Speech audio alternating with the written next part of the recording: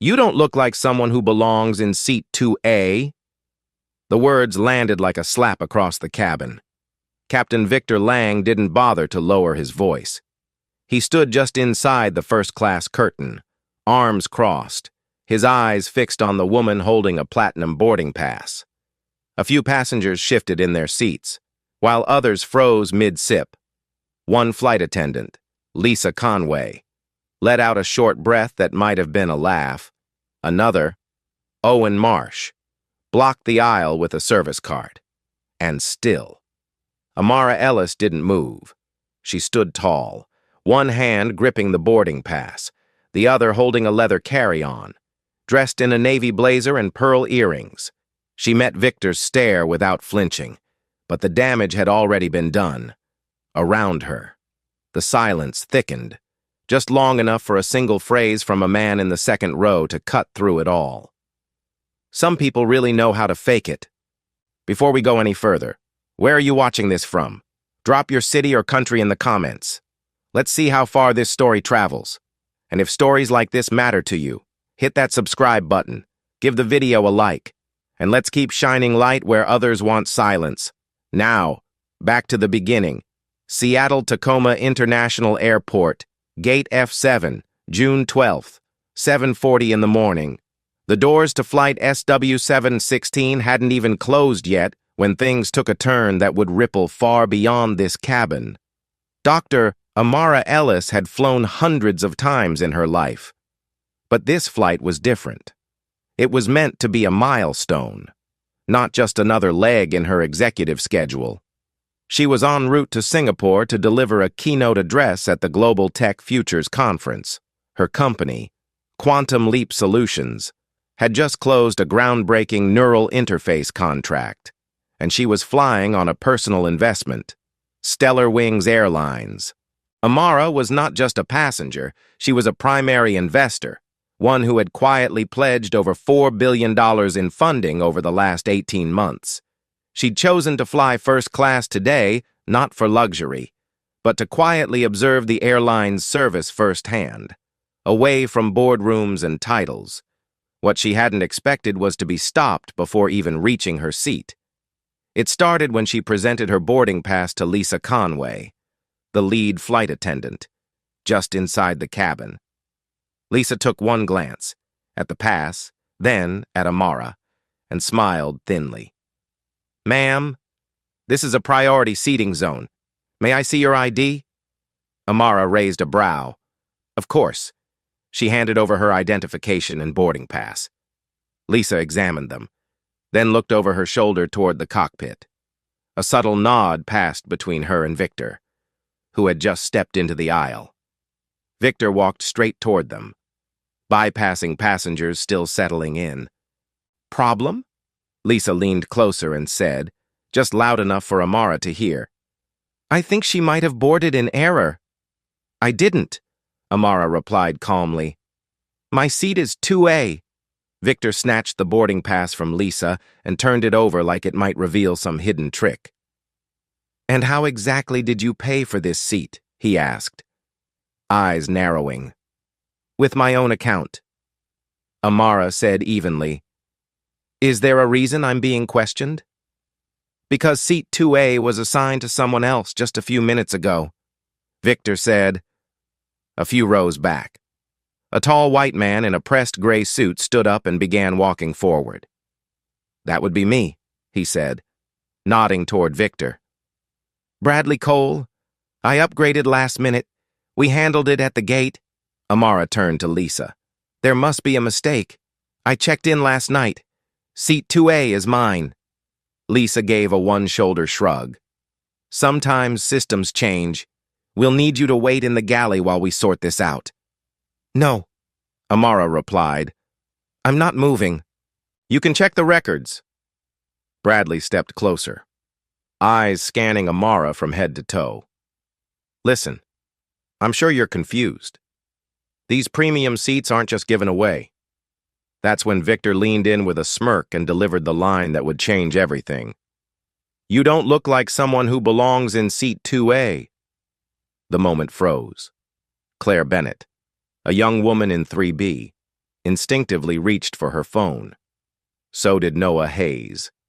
Across the aisle, Emily Harper, the youngest member of the flight crew, blinked hard as if she couldn't believe what she'd just heard. She stepped forward, lips parted, but Lisa beat her to it. "Ma'am," Lisa said, louder now. "For everyone's comfort and efficiency, we'll need you to take a seat in the back until this is resolved." Amara said nothing. She opened her wallet and took out her platinum card, the one reserved for elite partners and shareholders. She held it out toward Victor, who stared at it for a second before shaking his head. "Looks nice," he said, "but anyone can have a card these days." Amara's hand didn't tremble, but her voice tightened. "Captain, this isn't about a card. This is about how you're treating me, publicly. You're assuming something about me.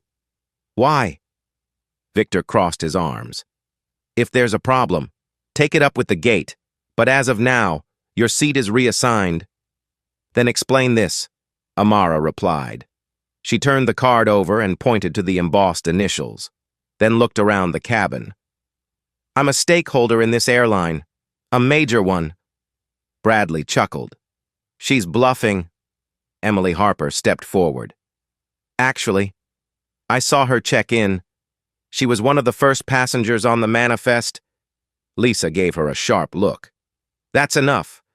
Harper." Just then, the intercom crackled to life, and Lisa's voice came through. "Ladies and gentlemen, we're experiencing a seating discrepancy involving an unconfirmed passenger. Please remain seated." Amara's eyebrows lifted. "Unconfirmed?" "You heard me," Lisa said off mic. "Now kindly take a step back." Claire's phone stayed trained on the scene. "This isn't right," she said aloud. "I don't know who she is, but this isn't how you treat people." Amara took a breath. Inside, the old feelings surged up, memories buried beneath years of boardrooms and breakthroughs. When she was 23, she'd flown coach wearing jeans and a t-shirt, and a crew member had assumed she'd snuck up front. She'd laughed it off then, but something about it stayed with her. She'd vowed, in that moment, to one day be part of changing that industry. That vow had brought her here. And now, standing in a cabin she helped fund, she was being told she didn't belong. Again, a man in the aisle muttered, "Always some drama." Loud enough for others to hear. Bradley folded his arms smugly, and then, without warning, Lisa reached forward and snatched the platinum card from Amara's hand, flinging it onto the armrest of seat 3A. It landed face up. Noah moved fast. He picked it up, squinting at the name. "Dr. Amara Ellis," he read aloud. "CEO of Quantum Leap Solutions?" Several heads turned. Amara looked around the cabin, her eyes steady, voice calm. "You don't get to erase someone just because they make you uncomfortable," she said quietly. "Not today. Not in front of all these witnesses." Emily took a step forward. Claire's hands trembled as she kept recording. Victor stood silent, but his jaw clenched. This wasn't over. It was just beginning. The coffee didn't spill by accident. Lisa Conway's hand moved too quickly, too carelessly, as she leaned toward Amara with a paper cup and a forced smile. "Here. Maybe this will help you calm down," she said, and tipped it just enough for the liquid to splash across Amara's navy blazer. The heat wasn't scalding, but it was enough to stain and draw a sharp gasp from several nearby passengers. Amara froze, not from pain, but from the pure audacity. She looked down at her chest, then slowly back up at Lisa, who had already straightened and stepped back like nothing had happened. Bradley Cole let out a theatrical sigh from behind her. "I told you," he muttered. "Some people just don't know how to handle first class." His voice was tinged with something smug, like he was daring her to respond. Amara didn't speak. She simply reached for a napkin from the drink cart, her hand steady despite the fury crawling under her skin.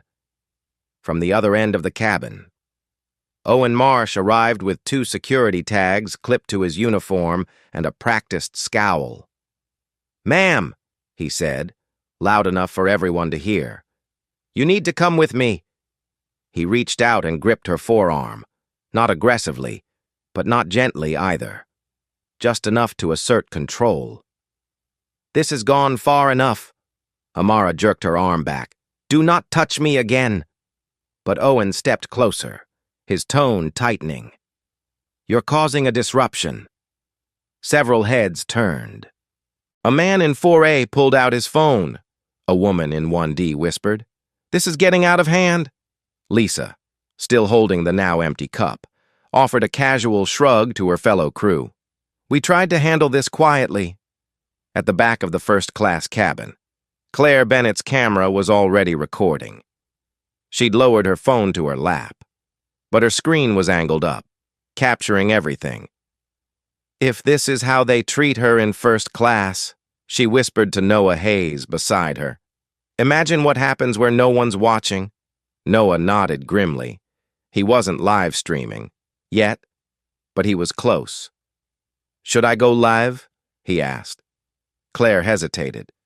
"If they keep pushing her?" "Yes." Amara took a step back, forcing Owen to release her. Her voice was low but razor-sharp. "You're trying to remove me from a seat I paid for, based on nothing but assumption and attitude, and now you're trying to paint me as uncooperative?" Lisa smirked. "It's not personal." Amara raised her voice slightly. "It's exactly personal." She looked around. "I'm the only one being asked for ID, the only one being questioned over and over, the only one being touched without permission." Owen looked toward the cockpit, then stepped aside. "Captain's orders." A low voice chimed in. Emily Harper. "Captain Lang is out of line." She'd been silent until now, but her voice was steady as she stepped forward. "I saw her boarding pass. I saw her ID. I logged her into the manifest. There's no error." Lisa turned on her, the professional mask slipping. "You don't speak for this cabin, Harper." But Emily didn't retreat. "Then speak for yourself. Because right now, we all see what's happening."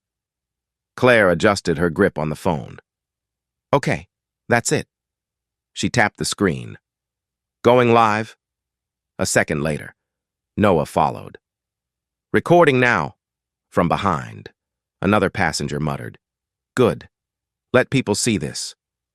Within seconds, quiet cabin noise was layered with whispers of, "They're filming," and, "Is this serious?" Amara didn't move. She stood at the intersection of aisle and injustice, with coffee on her clothes and condescension all around her. Meanwhile, back in her hotel suite, Amara's executive assistant, Nia Lawson, was already tracking the situation. A quiet alert had appeared in the internal system she'd activated minutes ago when Amara made her first call. Quantum Leap's oversight protocol was discreet, but powerful. When activated, it documented real-time incidents on partner operations, and right now, it was building a case. Amara's voice had been tight but composed during that earlier call.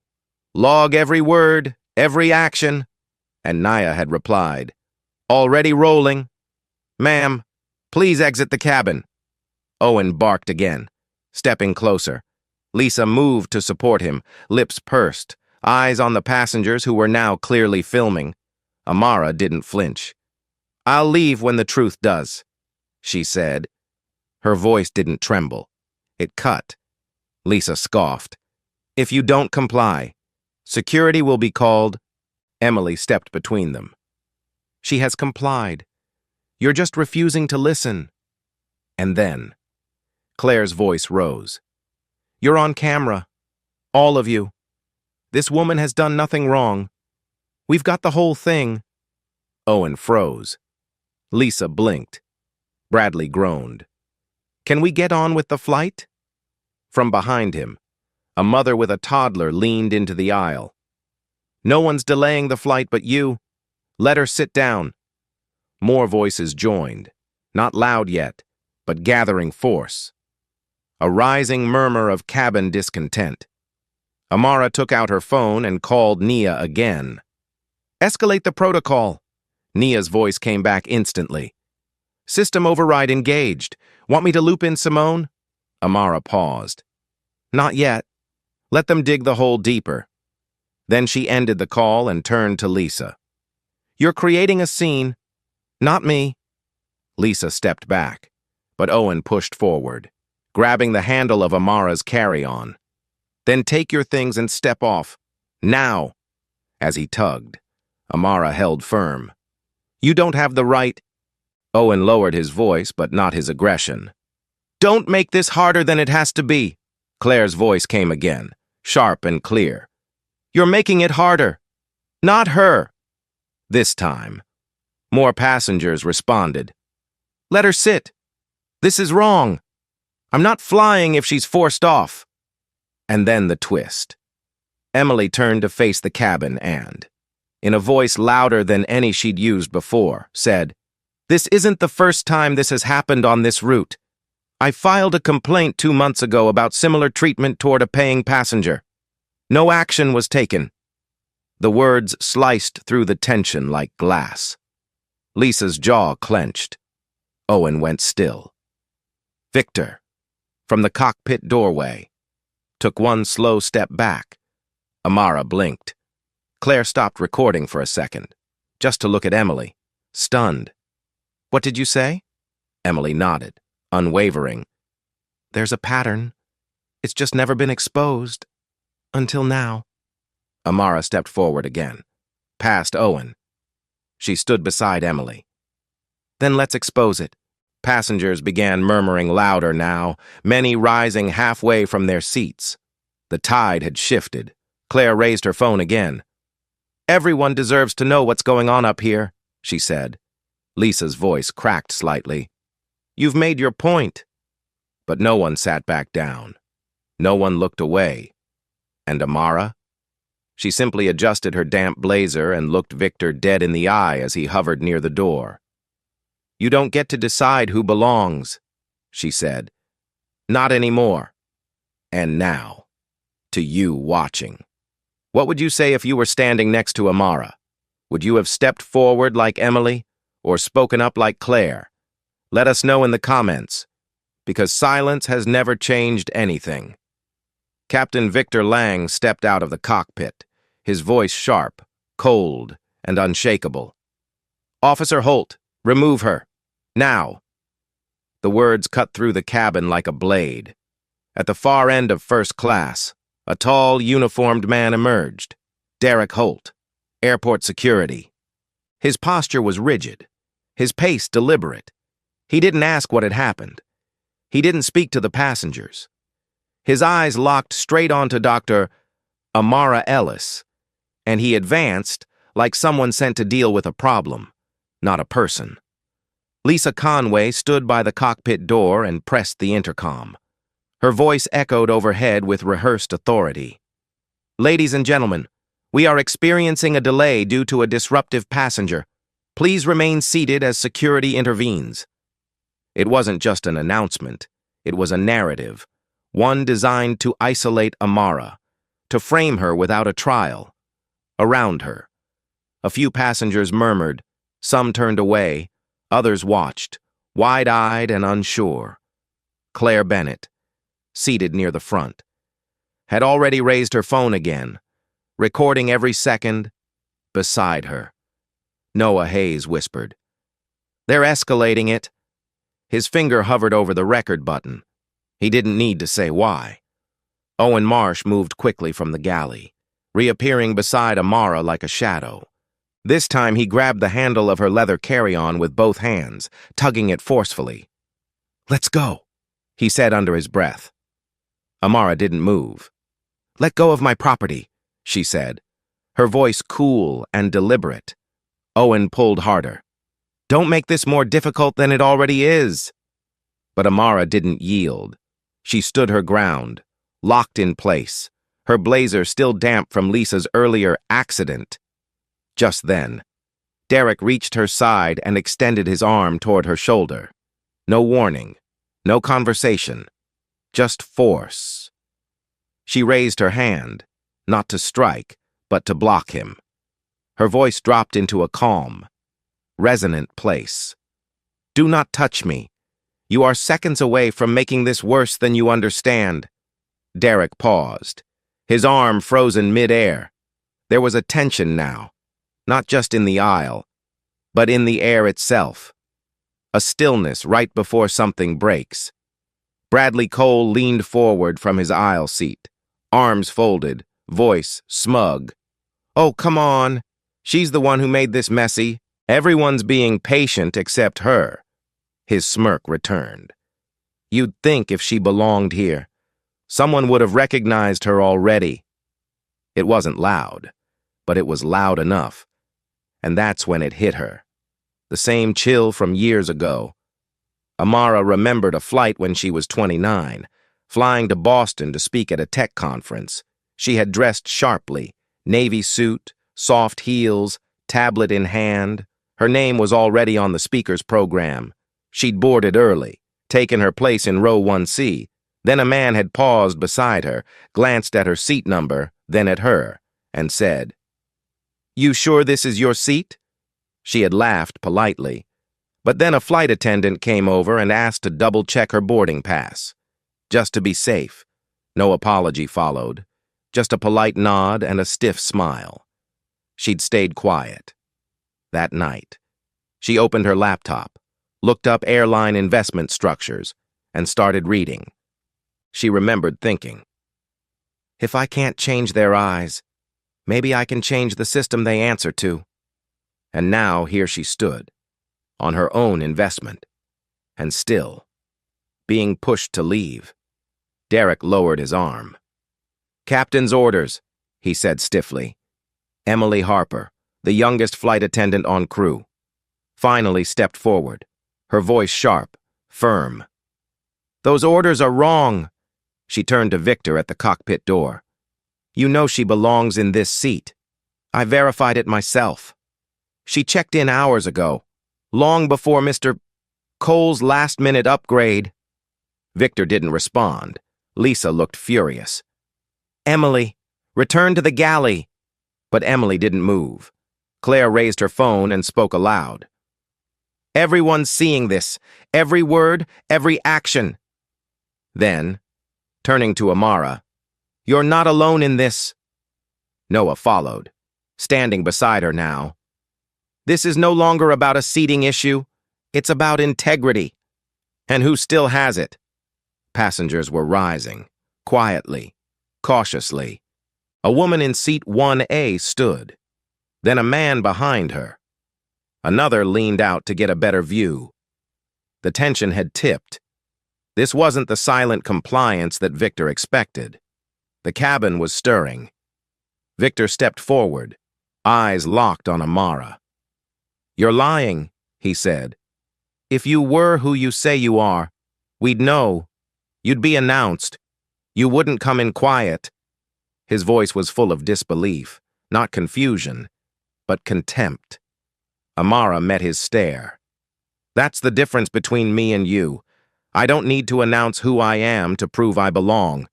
Then she turned, pulled her phone from her pocket, and dialed. "Nia," she said simply. "I need confirmation." Nia Lawson's voice came through the speaker. Clear. Professional. "Understood. Your position and funding are active. The executive order is ready." There was a pause. "Are you ready to proceed?" Amara looked around the cabin, at Lisa, at Victor, at Derek, at Owen still half-crouched near her suitcase. Then to Emily. Then to Claire and Noah. "Yes," she said. "Proceed." The call ended. Amara adjusted her damp blazer and took one small step forward. "Captain Lang, my name is Dr. Amara Ellis. I am the CEO of Quantum Leap Solutions. And until 1 minute ago, I was the largest private investor in Stellar Wings Airlines. With a $4 billion capital deal pending final release this quarter, I am revoking that agreement.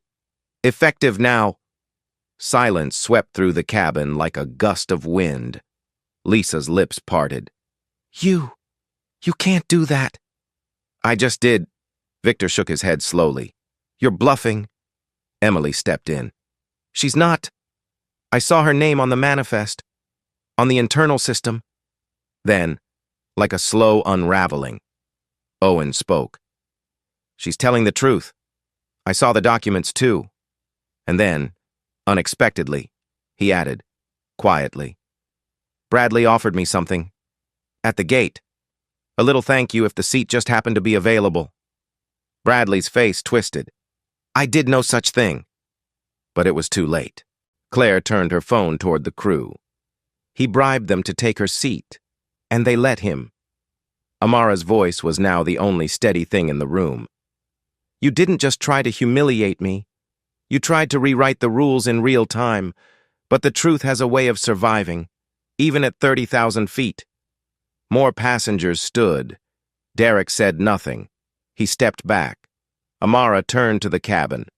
What happens next will not be silenced, and none of you will forget this moment. Now to you watching, if you had witnessed this from your seat, would you have stood? Would you have spoken? Or would you have looked away? Let us know below, because silence isn't neutral. It chooses a side. Officer Derek Holt didn't move. Not forward, not back. He stood locked in place, faced with a woman who had just dismantled an entire authority structure in less than 2 minutes. The other crew members were frozen too. Victor, gripping the frame of the cockpit door like it might steady his unraveling position. Lisa still trying to process that the passenger she'd ridiculed not only belonged in that seat, but could now single-handedly pull the funding that propped up their airline. And then there was Owen, visibly shaken. Having just confessed to accepting what he now realized was a bribe, the silence in the cabin wasn't peace. It was a stunned reckoning. But it didn't last long. Bradley Cole stood up, red-faced, and pointed toward Amara as if she were the one disrupting order. This is ridiculous, he snapped. She's using some made-up title to make you all afraid. She probably bought a fake card online. Are you all seriously falling for this? A few heads turned, but most didn't even blink. The tide had already turned, and Bradley was standing knee-deep in a losing argument. Amara didn't respond to him. She looked past him, to the rest of the passengers. That's when another voice rang out. Quiet, but firm. I believe her, said a woman in 4A, standing slowly. I've worked in corporate for 20 years. I know composure when I see it. She didn't raise her voice once. You all did. Her tone wasn't theatrical. It was tired, like someone who had seen too much silence in moments that demanded something more. Then, as if on cue, the man beside her stood too. If you try to remove her, I'm not moving either. Claire, still filming from her seat, swept her phone across the aisle as more passengers began rising. Noah called out. You're going to need a bigger security team if you plan to force this, because no one's going anywhere. Derek Holt looked around, calculating. One man, surrounded by dozens now standing, arms folded or crossed, not yelling but resolute.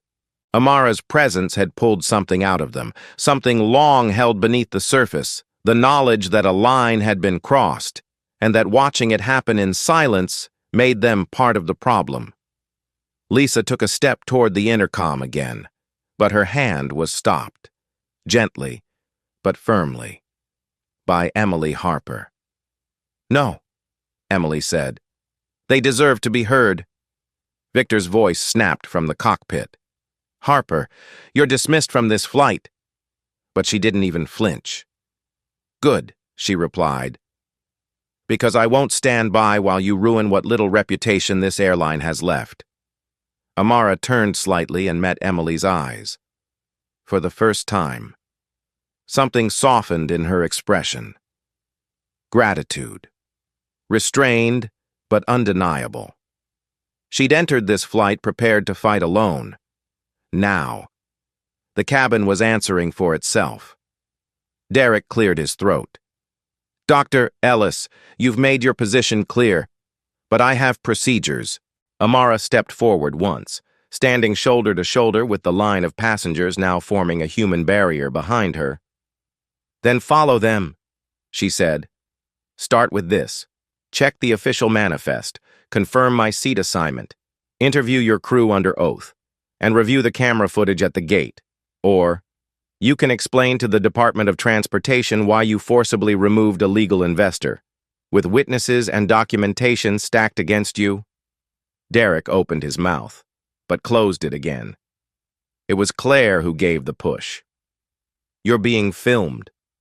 So is your hesitation. Suddenly, movement from the rear. A flight attendant from business class peeked through the curtain, hesitant. Is everything okay here? Her voice cracked slightly. Lisa turned, clearly rattled. Everything's under control. But the other attendant looked at the standing passengers. The silence. The faces. Doesn't look like it. Amara turned back to her phone and pressed a number on speed dial. The cabin listened as the call connected. Simone, she said, execute the lawsuit. A pause. Then the voice of Simone Grant, calm and razor-sharp. Filed. I'll coordinate with Public Relations and the Civil Review Board. FAA advisory team will be notified by end of day. Victor muttered something under his breath, then stormed back into the cockpit. Lisa looked like she wanted to disappear. Owen spoke again, voice low, almost remorseful. I didn't know who you were. Amara turned toward him. It shouldn't have mattered. Another voice chimed in, this time from a man seated near the rear of first class. You don't need to know someone's title to treat them with basic respect. More nods followed. A sense of collective ownership began filling the air, not just in defense of Amara, but of every traveler who had been dismissed, second-guessed, or quietly shuffled away. Lisa, breathing heavily, turned to Bradley. This was your idea. You said it was taken care of. Bradley threw his hands up. You took the offer. I didn't make you act like fools. He looked around, suddenly aware of the shifting energy. This whole plane has lost its mind. Emily stepped forward again. What it's found is its spine. Amara didn't smile. Not yet. She wasn't done. She turned to Lisa, her tone even but final.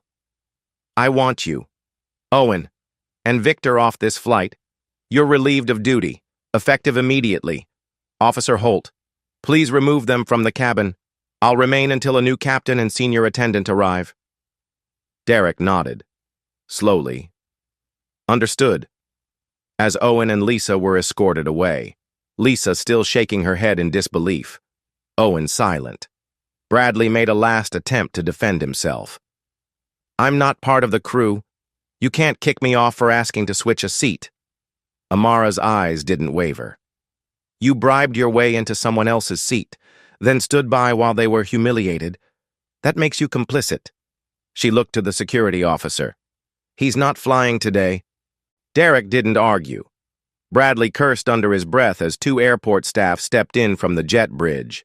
Claire filmed his exit without flinching. The cabin remained quiet as the door closed behind them. Amara stood near seat 2A, still not sitting. Simone's voice came again from the phone. Media's already picking it up. A response will be necessary. Amara nodded. Let it be measured, but honest. The remaining passengers slowly returned to their seats, though some kept glancing forward like they had just witnessed something more than a corporate conflict, like they had been part of a reckoning. Amara adjusted her collar and finally sat down, not as a passenger, but as the woman who had just stopped a plane without ever raising her voice. The storm wasn't over, but the cabin had cleared, and the world Soon. Would know exactly why. The cabin door had barely clicked shut behind Bradley when Amara Ellis finally stood still, not as someone under siege, but as the immovable center of everything that had just collapsed around her.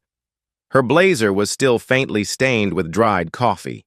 Her boarding pass crumpled in her pocket, but her posture was unwavering. Victor had been removed. Lisa and Owen, gone. Bradley, escorted out. And yet the air inside the first-class cabin still felt thick with tension, as if the walls themselves were waiting to see what she would do next. Claire sat poised in her seat, phone no longer recording, but her eyes fixed on Amara as if witnessing something rare. Noah had stopped talking entirely, arms crossed, absorbing the moment. Emily Harper, now the only remaining member of the original crew, stood quietly beside the beverage cart, no longer an observer, but something closer to a witness. Amara stepped forward and lifted her phone again, this time with deliberate calm. "Nia," she said. Her assistant's voice came through instantly. "We're clear. Corporate is watching. Stakeholders are aligned. Media cycles started." Amara nodded. "Send confirmation of the investment cancellation to Stellar Wings Corporate." A pause. Then, "Done." The words dropped like iron into the cabin. "And the lawsuit?" "Filed 15 minutes ago," said Simone Grant, who had already joined the call. "Preliminary injunction, civil rights violation, breach of investor protocols. We'll follow with FAA notice in the morning." Amara didn't blink. "Good." She lowered the phone, then turned slowly to face the first-class passengers, many still upright, some seated, all watching. "Ladies and gentlemen," she said quietly, "what you just witnessed is no longer just about me. It's now a matter of federal review." She looked to Emily. "I want you reassigned, permanently. My team will ensure you land in a department that deserves your integrity." Emily's mouth parted, stunned. Thank you." Amara offered a simple nod. Then she turned toward seat 2A, the very seat she had been denied, insulted over, physically blocked from, and nearly dragged away from. She looked down at it but didn't sit yet. Instead, she raised her voice just slightly and addressed the entire cabin. "My name is Dr. Amara Ellis. I am the founder and CEO of Quantum Leap Solutions. This morning, I boarded this aircraft quietly, no entourage, no announcement. I did so because I prefer to see how companies treat real people, not just partners, but I also happen to be, or was, the largest private investor in Stellar Wings Airlines, with a pledged investment of $4 billion, pending final disbursement this quarter." Gasps scattered through the cabin like small aftershocks. A few heads turned, others whispered. "Today," Amara continued, "that deal has been canceled, permanently." One passenger, a woman in 1A, let out a breath and whispered, "My God," Amara added. "In place of that investment, we are opening litigation, civil and corporate." She paused, letting the silence stretch. "Not because I was insulted, but because systems only change when silence is broken. At the root." And then, just as she lowered her hand, came a voice from the back. Quiet, flat. Owen Marsh. "There's something I need to say." Eyes turned toward him. He had remained inside the cabin, sitting in the jump seat just past the divider, his face pale and lined. "When Bradley approached me at the gate, he said the seat was already handled. He handed me a card, said it was a thank you. I didn't ask questions. I didn't think it mattered. But it does." Claire turned to look at him. "You took a bribe." Owen nodded, shame blooming across his face. "I did, and I regret it." Amara didn't respond immediately. She let the confession hang there, unrescued. It wasn't her job to soften it. Beside Owen, Emily spoke, her voice low. It wasn't just him, I overheard Lisa telling Victor. Don't worry, it's covered. He's paying enough. She turned to Amara. This wasn't a mistake. It was arranged. Amara stepped closer, phone in hand. Simone, did you get that? Recorded and logged, Simone replied. We'll add the bribery angle to the corporate ethics violation claim. Then, another voice, one that had remained silent until now. Derek Holt, the security officer, standing just outside the flight deck, looked down at the floor and muttered. I was told by Captain Lang that the woman in seat 2A was using fraudulent credentials. He insisted it was a customer safety risk. He said it would be cleaner if I didn't ask questions. Amara raised her head. And did you? Derek didn't meet her eyes. No, I didn't. Amara gave no outward reaction, just a breath. Then, that makes 3 of you. 3 separate employees who conspired or complied to remove a verified passenger under false pretenses. Simone's voice returned. That seals it. We'll pursue full financial damages, breach of fiduciary duty, defamation, and coordinated negligence. By the time this goes public, Stellar Wings will have no choice but to respond, Nia added. Our PR teams are drafting the press statement now. They've requested a quote from you, Amara answered without hesitation. Tell them this. Accountability begins when the silence ends, and mine just did. She looked back at the seat, the one they tried to steal. Silence and sanitize. Then she looked to Claire, to Noah, to Emily. You didn't have to say anything, but you did. And that's the difference between being present and being complicit. Claire's voice cracked. I couldn't have stayed quiet, Noah added.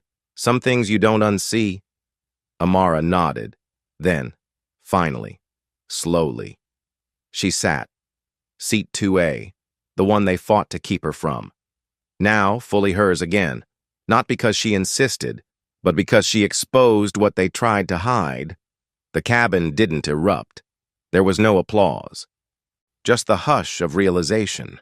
A quiet respect, not for her wealth or her title, but for what she had endured and refused to let pass.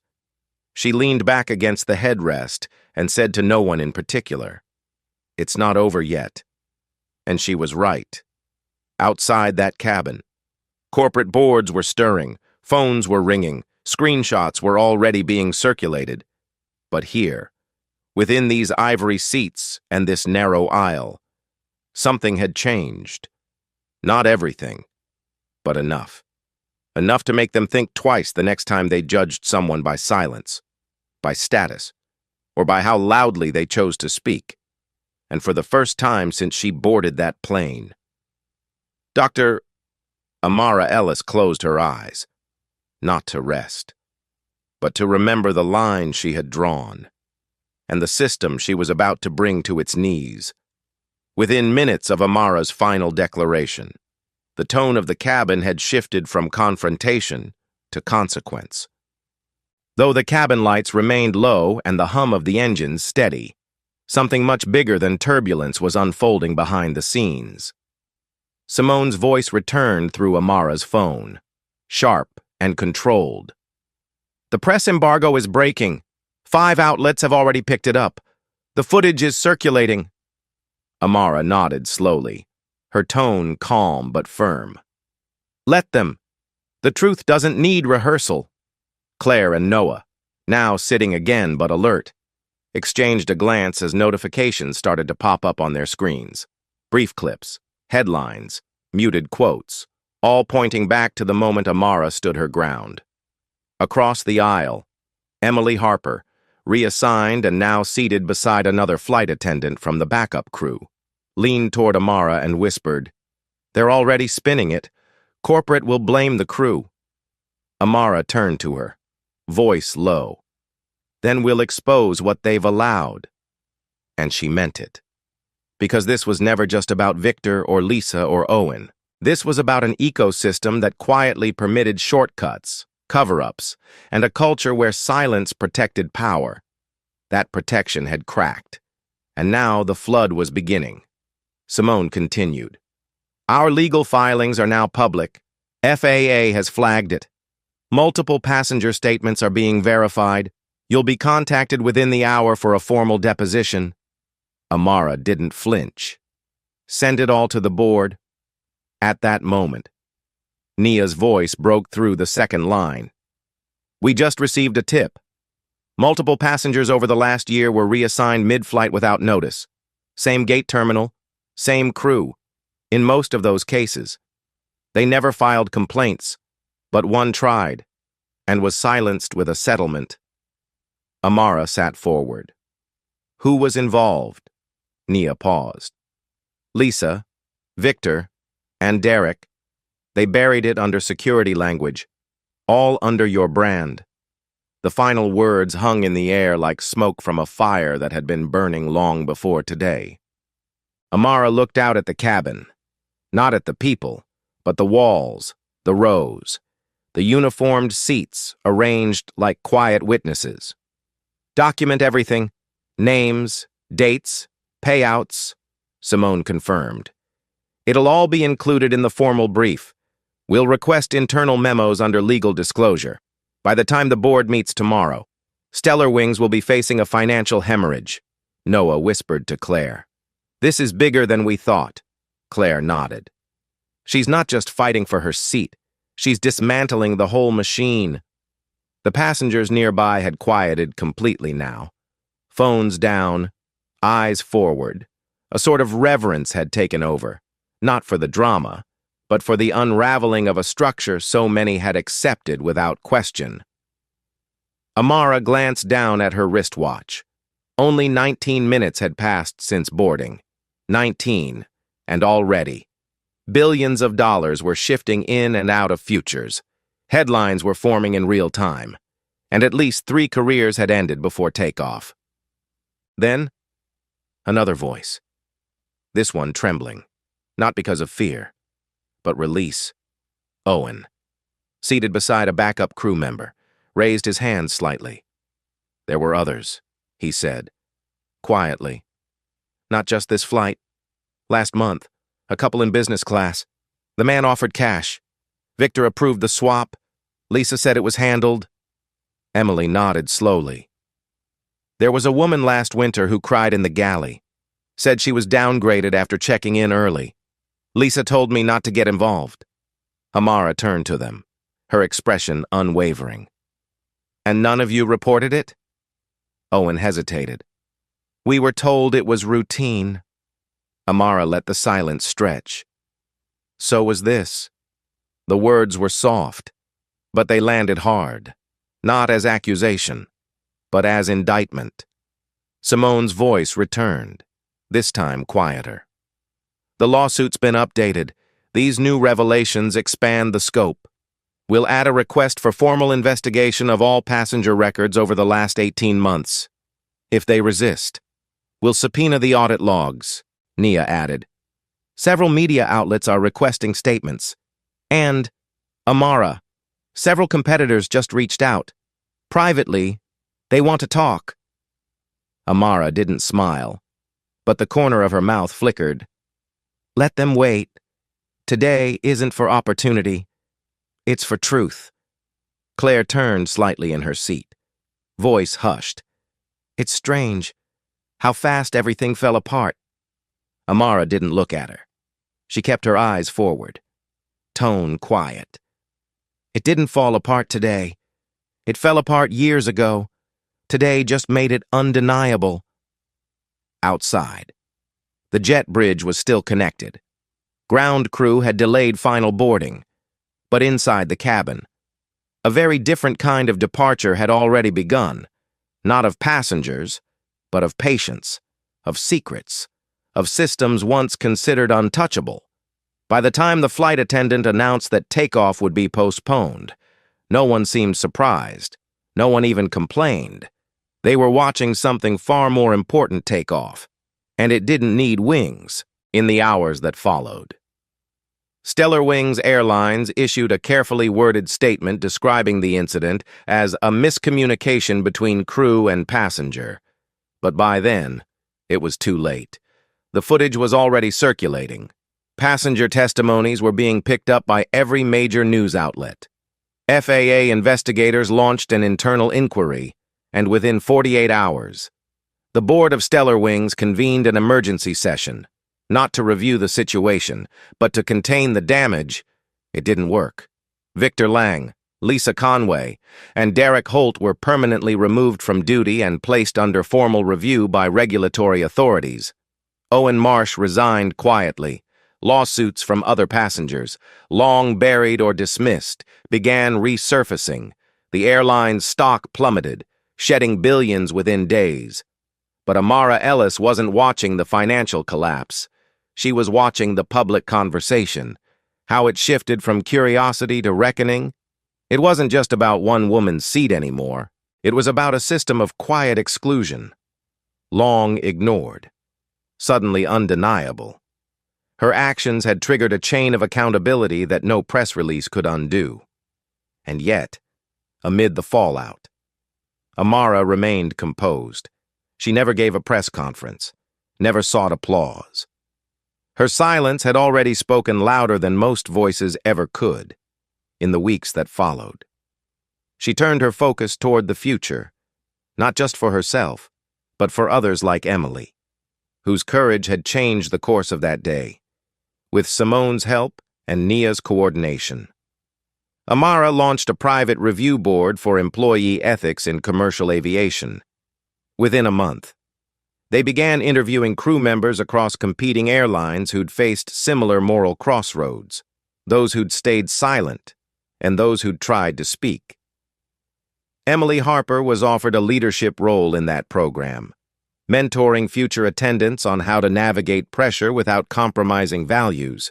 Meanwhile, passengers who had supported Amara during the flight each received personal letters and compensation for the distress caused. None of it required. All of it deliberate. When asked why she bothered, Amara simply replied, "Because justice isn't enough. People need to feel seen." But even amid progress, one more twist emerged, quietly, behind the scenes. A former operations supervisor from Stellar Wings, recently dismissed, came forward with a document, an internal memo from early 2024 outlining an unofficial practice at Gate F7. The memo, reviewed and verified by Simone's legal team, revealed that certain priority upgrades had been informally encouraged through gate-level discretion. As long as they didn't disrupt company image, the policy had never been approved publicly, but it had been executed privately. Victor, Lisa, and even Derek had been following an unspoken culture of flexibility that benefited favored passengers, often at the expense of those least likely to challenge it. The revelation didn't surprise Amara. It confirmed what she already knew. The system hadn't just failed her. It had been designed to... 3 months later, on a bright September morning, Amara stood on the tarmac of a newly unveiled terminal in Austin, Texas. She wasn't there as a speaker or an investor. She was there as founder of Elevate Air, a new boutique airline built on one guiding principle: dignity first. The cabin design emphasized transparency. Boarding procedures included third-party ethics liaisons, and every first-class seat came with one thing no passenger had to earn: respect. The crew she'd hired included former whistleblowers, retired attendants, and those denied promotions for speaking out. Emily Harper was promoted to head of in-flight operations. Claire Bennett joined the communications team. Even Noah Hayes contributed, consulting on digital accountability protocols for customer support. As Amara watched the first Elevate plane rise into the sky, she said nothing. She simply watched it vanish into the clouds, not as someone who won, but as someone who refused to be erased. And to you watching now, let this moment be more than a story. Let it be a reminder. You don't need a title to speak truth. You don't need applause to matter. What you need is the courage to say, "Not today," because the moment you do, everything changes.